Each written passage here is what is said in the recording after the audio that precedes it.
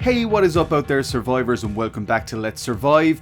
This is my end of year video, so in this video I want to talk a little bit about some of my favourite games this year, and then I'm also going to throw in a couple of little surprises as well, like some of my favourite streamers that you all should check out. So yeah, I'm not going to beat around the bush with this, let's jump straight into it. My top 5 games of 2020. So number 5 on this list is the incredible Animal Crossing New Horizons. So, I mean, 2020 was kind of a trash fire of a year, and for a lot of people, Animal Crossing New Horizons kind of kept them sane, you know what I mean? Being able to just go off into this little island fantasy world with your friends and just build stuff and hang out was kind of a blessing. It's no surprise that Animal Crossing New Horizons sold absolute truckloads on Amazon this year, because when you think about it, as I say, for the year that was there, this was one of the perfect games. This is kind of one of the seminal or definitive games of 2020. This game doesn't really break the wheel. It doesn't really break the mold or change things up too much. It is Animal Crossing as it's always been, and we're fine with that. I'm fine with that. And yeah, just getting to go around and build stuff and hang out. I started an island with my family, with my daughters and my wife, and we all worked together to make that island better. It was really cool, and so therefore, yeah, there's no way that I could do this list and not have Animal Crossing New Horizons on there, because yeah, it is just, it's the most 2020 game on this list, or is it? We'll see, because number 4 is a pretty big 2020 game as well. So number 4 is Among Us, which is probably, it could have easily set as my number 1 game of the year, because Among Us is just so much fun, and what a game to just play with your friends, especially at a time like this. Just running around backstabbing each other and having lots of fun doing so was kind of glorious. And yeah, I've put so many hours into this game this year. I've had so many amazing games with my friends, some of which you can check out here if you click this link.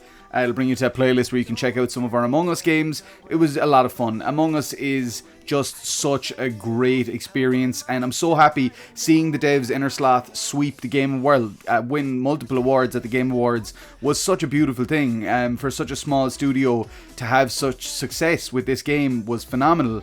And I cannot wait for Among Us 2, which I know has been postponed now because of the kind of overnight success of Among Us, which originally released in 2018, but really came into prominence this year.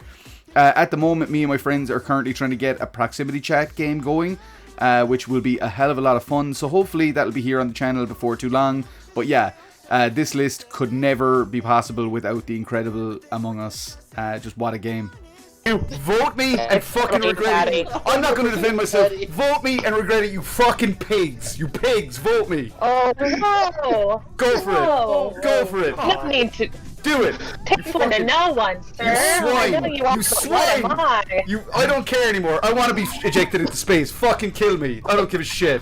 Number 3 on this list, I toyed with putting Ghost of Tsushima here because Ghost of Tsushima was an absolutely fantastic game, but instead, because I wanted to kind of highlight one of the games from the new next gen consoles, I've gone with Demon's Souls. Demon's Souls is a beautiful recreation of the fantastic PS3 title, which kind of spawned the whole Dark Souls, Bloodborne universe franchise, whatever you want to call it, Soulsborne series. And yeah, like Demon's Souls is rock hard, it's ruthless, it's gorgeous, it's absolutely stunning on PS5. The loading times are super quick on PS5 compared to its original PS3 iteration. And yeah, this is not just a remaster, guys. Like, this is a remake from the ground up and is, in a lot of ways, an entirely new game in that sense. So yeah, I mean, if you're not afraid of getting your ass handed to you over and over and over again and grinding for a bit and kind of, yeah, spending a bit of time getting better at the game, Demon's Souls is a must-have on the new generation of consoles. It's an absolutely fantastic game. And yeah, I really hope y'all check it out, and if you do, you enjoy it and you don't end up smashing too many controllers. Number 2 on this list is going to be a little bit of a contentious one for many reasons. Some people will be shocked that I've put it at number 2 full stop. Some people will be shocked that I haven't put it at number 1. And that is, number 2 on this list is The Last of Us Part 2. Now, in many ways, this is, in my opinion, the game of the year. This will be at the top of so many people's lists, and it really deserves to be. It's such an incredible game, phenomenal performance. If you hear a little clacking, by the way, that's Morty. Morty, do you want to come up and say hello to everyone? I think that's what it is. He wants to say hello. And speaking of Morty, we won't talk about what happens to doggos in The Last of Us Part 2. But yeah, The Last of Us Part 2 is considered by a lot of people, as I say, to be the game of the year, and it is. Like, it's a phenomenal game. The performances are incredible. The story is so brave and bold in a lot of ways, and I know a lot of people didn't like it, and a lot of people felt it was manipulative and things like that. But look, if you're unsure, you can go check out my video where me and my friends Stephen Tuberty and Brian O'Regan talked at length about the game and our reasons for why we love it so much. And yeah, it's well worth checking that out if you have any queries as to why I would put that here at my number 2. The game was massively divisive on release, and a lot of people had a lot of issues with the game that extended beyond the gameplay or story, which I'm not going to get into here. But look, as I say, to me, there's in almost every conceivable universe, this would have ended up at number 1 on my top 5 if a certain other game hadn't come out this year, and we will get to that just now. So I'm going to put Morty back down. You can go back down, but okay. Say bye to everyone. Bye, guys. Well, here we are at the top slot, and as was said in Highlander, there can be only one. And for me, my number 1 game of this year very much comes from an emotional place, as opposed to, like, as I say, I understand that The Last of Us Part 2 is probably the best game this year, but for me, my number 1 title is Final Fantasy VII Remake. Final Fantasy VII is my favourite video game of all time. That is no joke. That is no secret. I worship that game. It helped me through probably one of the roughest times of my life. I have the Final Fantasy VII logo tattooed on my back, which I'm going to be getting updated with the remake design. I love this game. I love the characters. I love Cloud. I love Tifa. I love Aerith. I love Barrett. I love Sing. I love Rude. I love Reno. I love Rufus Shinra. I love all of these characters. Sephiroth is my favourite villain of all time. So yeah, Final Fantasy VII is, in my opinion, a perfect game, and the remake does so many wild and wonderful things. It could have just come out and just literally copied beat for beat the original game and everyone would have still loved it. But what I loved is that they decided to kind of go in a bold new direction and do something that had never really been done before. And I really and truly appreciated that. Final Fantasy VII Remake came out in March, and I'm still playing it. Even up now in December of 2020, I'm still playing it on hard mode, trying to get the platinum. I'm just loving it so much. I could spend forever in this world, and I cannot wait for the second part to release. Whenever it does, I'm not going to put any pressure on Square to release the game. I'm just hyped for it whenever it does decide to come out on the next gen platforms. But yeah, for me, this game has emotional blackmail over me. It kind of holds me hostage, so I could not help but put it at number 1 on my list. It's just a phenomenal experience. And yeah, I hope you guys, if you did check out Final Fantasy VII Remake Part 1, I hope you enjoyed it.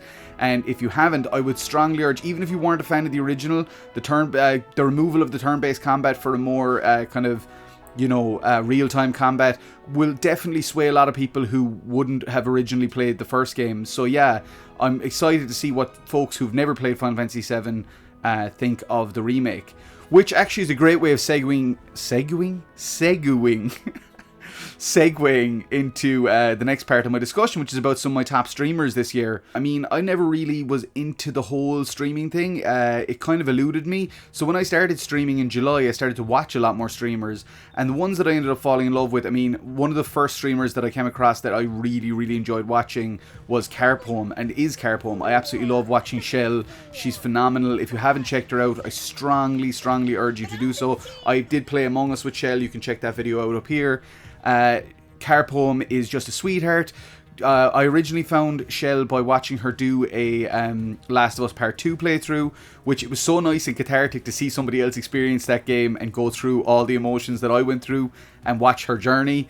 Me and my amazing friend / moderator / just absolute legend, Rebel Ariel, we were in her streams watching her play Last of Us 2, and we just fell in love with Shell. She's amazing. She's also my daughter's favourite streamer, and yeah, so it's great. We sit down and watch Shell's VODs together on her YouTube channel and stuff, so there'll be links in the description to go check out Carpoem on Twitch and Shell and Raven on YouTube, and I strongly, strongly recommend it. Next up, I would like to kind of highlight CBItemBox. CBItemBox is my friend Jeff. He's an amazing Resident Evil speedrunner. I've done an interview with him. You can check it out up here. Jeff is phenomenal. He does stuff like in Resident Evil 2 and 3 and 1. Size 1. He's doing a trilogy run at the moment that I could only dream of doing. I'm so impressed with his abilities with those games. Sometimes he's super hard on himself, which I understand. Being a speedrunner, you have to hold yourself to a certain standard. But even still, like, no matter what, I just enjoy watching him. Beyond the speedruns, which are incredible, he is so engaging and he chats to everybody, and he doesn't... Even when he is super in the depths of it in a speedrun, he will still take time out to kind of converse with chat and get involved. And yeah, we bonded over our, you know, massive love of Resident Evil, and I just... CBItemBox, I will put links, as I say again, down below. Go follow CBItemBox. He's amazing, and I adore him. And then, yeah, third, I'm only going to list 3 streamers here. There's a lot more that I could, and I will probably do a top 10 streamers list next year. But for now, I'm going to highlight one more, which is Lunar Lizzy. Lunar Lizzy was one of my more recent finds with streamers. Lunar Lizzy was originally streaming Skyrim when I found her, but then what was amazing was she started to stream Final Fantasy, which is obviously one of my favourite franchises. And getting to see Lunar Lizzy play Final Fantasy VII Remake after just playing the OG, the original, which I also appreciated that she didn't go straight for the remake, she played the OG first and then played the remake. And watching her reaction to both games was just incredible to me. And now she's playing Final Fantasy X and Final Fantasy IX. And yeah, I've just enjoyed watching her experience these games in this franchise that I have such a huge emotional attachment to. But on top of that, she's a sweetheart. She's like the nicest person in the world. She's, again, super engaging with her community, super friendly. I actually helped her out a little bit with some editing for, like, trying to show her how to edit YouTube videos and stuff. I hope it was of any use. But like, once again, there will be links below. Please follow Lunar Lizzy and please check out her YouTube. And yeah, that's kind of it in terms of streamers. And then finally, just a couple of musical discoveries this year. So a couple of bands that I've fallen massively in love with. Motionless in White, which were brought to my attention by Andrew Brooker. Absolutely adored them. Falling in Reverse, brought to my attention by Kayla Coonan. I've absolutely fallen in love with this band, especially like their songs Popular Monster, Losing My Life, The Drug in Me is Reimagined. So good, so amazing. Truly, truly love them. And Pale Waves, which is another band that I discovered this year. So incredible, like very different kind of pop goth vibes, and really, really into it. Massively influenced by The Cure and the Cranberries, which would be big bands that I'm a fan of. And yeah, so... it's been a cool year for musical discoveries as well, which is something that I've kind of taken my foot off the gas pedal with a little bit in the last couple of years. So yeah, I haven't watched much TV or film, so I've nothing to really say in that regard, because I've mainly been editing or streaming. But yeah, this year was amazing. I'm so grateful to everybody who has been part of this journey. I want to give special shout out to Samantha Elliott Brody, who is the person who encouraged me to start doing this. I also want to give a massive shout out to Steve J. Palmer, who has been one of the most instrumental people in the Let's Survive interview series. Steve was my first guest, and on top of that, he's also helped me get a lot of extra guests on the show. So yeah, please show Steve J. Palmer some love. That dude is amazing. Yet again, links down below to all these folks. But yeah, guys, get involved in the comments. Let me know what your favourite games of the year were, what streamers I should be checking out, and yeah, what you've enjoyed on the channel. Please do if you want to do a top 5 videos that I've made, please sound off in the comments. That would be awesome. I'd love that. Yeah, thank you so much again from the bottom of my heart. Doing this means everything to me, and having you guys involved means everything to me as well.